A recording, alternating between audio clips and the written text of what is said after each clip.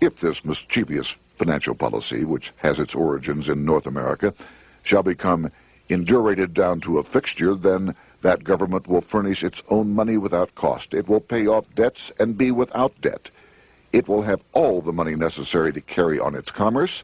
It will become prosperous without precedent in the history of the world.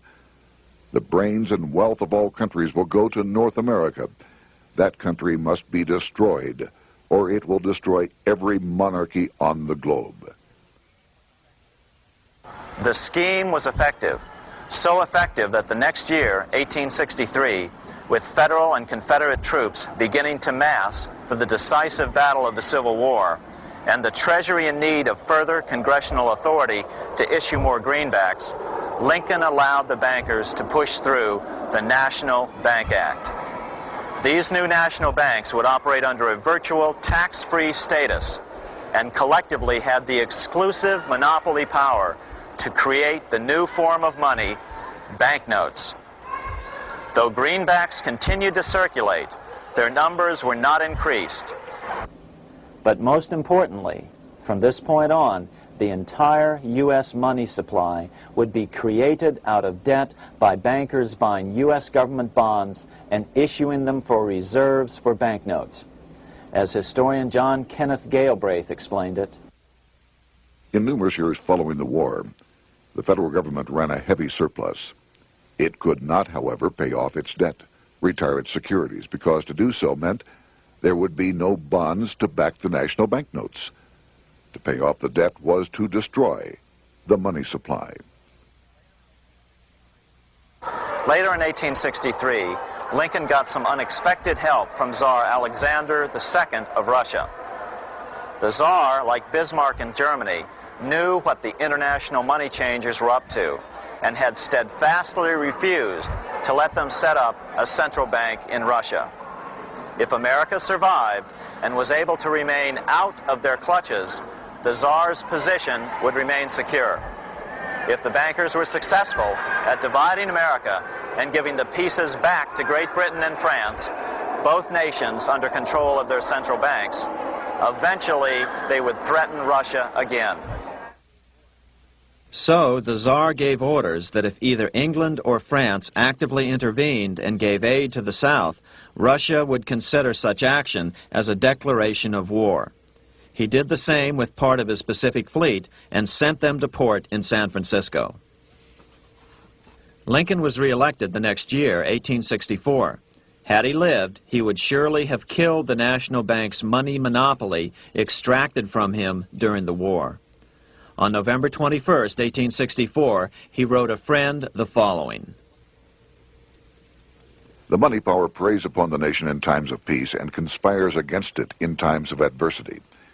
It is more despotic than monarchy, more insolent than autocracy, more selfish than bureaucracy. Shortly before Lincoln was murdered, his former Secretary of Treasury, Salmon P. Chase, bemoaned his role in helping secure the passage of the National Banking Act only 1 year earlier. My agency in promoting the passage of the National Banking Act was the greatest financial mistake in my life. It has built up a monopoly which affects every interest in the country. On April 14, 1865, 41 days after his second inauguration and just 5 days after Lee surrendered to Grant at Appomattox, Lincoln was shot by John Wilkes Booth at Ford's Theater. Bismarck, Chancellor of Germany, lamented the death of Abraham Lincoln. The death of Lincoln was a disaster for Christendom. There was no man in the United States great enough to wear his boots. I fear that foreign bankers, with their craftiness and torturous tricks, will entirely corrupt the exuberant riches of America and use it systematically to corrupt modern civilization. They will not hesitate to plunge the whole of Christendom into wars and chaos in order that the earth should become their inheritance. Bismarck well understood the money changers' plan. Allegations that international bankers were responsible for Lincoln's assassination surfaced in Canada 70 years later in 1934. Gerald G. McGeer, a popular and well-respected Canadian attorney, revealed this stunning charge in a 5-hour speech before the Canadian House of Commons, blasting Canada's debt-based money system.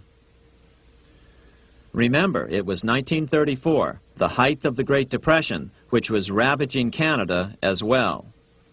McGeer had obtained evidence deleted from the public record, provided to him by Secret Service agents at the trial of John Wilkes Booth, after Booth's death. McGeer said it showed that Booth was a mercenary working for the international bankers.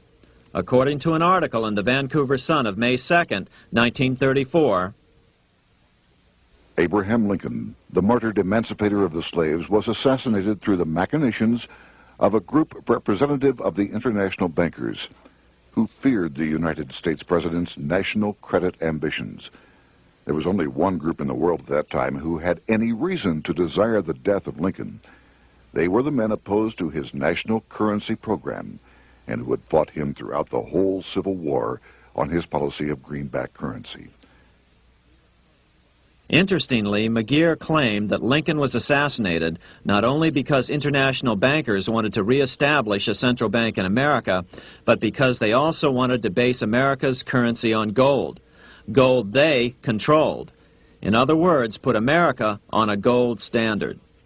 Lincoln had done just the opposite by issuing U.S. notes, greenbacks, which were based purely on the good faith and credit of the United States. The article quoted McGeer as saying, "They were the men interested in the establishment of the gold standard and the right of the bankers to manage the currency and credit of every nation in the world. With Lincoln out of the way, they were able to proceed with that plan and did proceed with it in the United States. Within 8 years after Lincoln's assassination, silver was demonetized and the gold standard money system set up in the United States."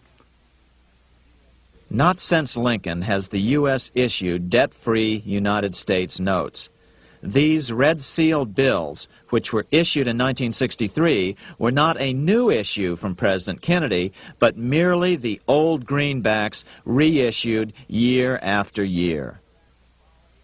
In another act of folly and ignorance, the 1994 Regal Act actually authorized the replacement of Lincoln's greenbacks with debt-based notes. In other words, greenbacks were in circulation in the United States until 1994.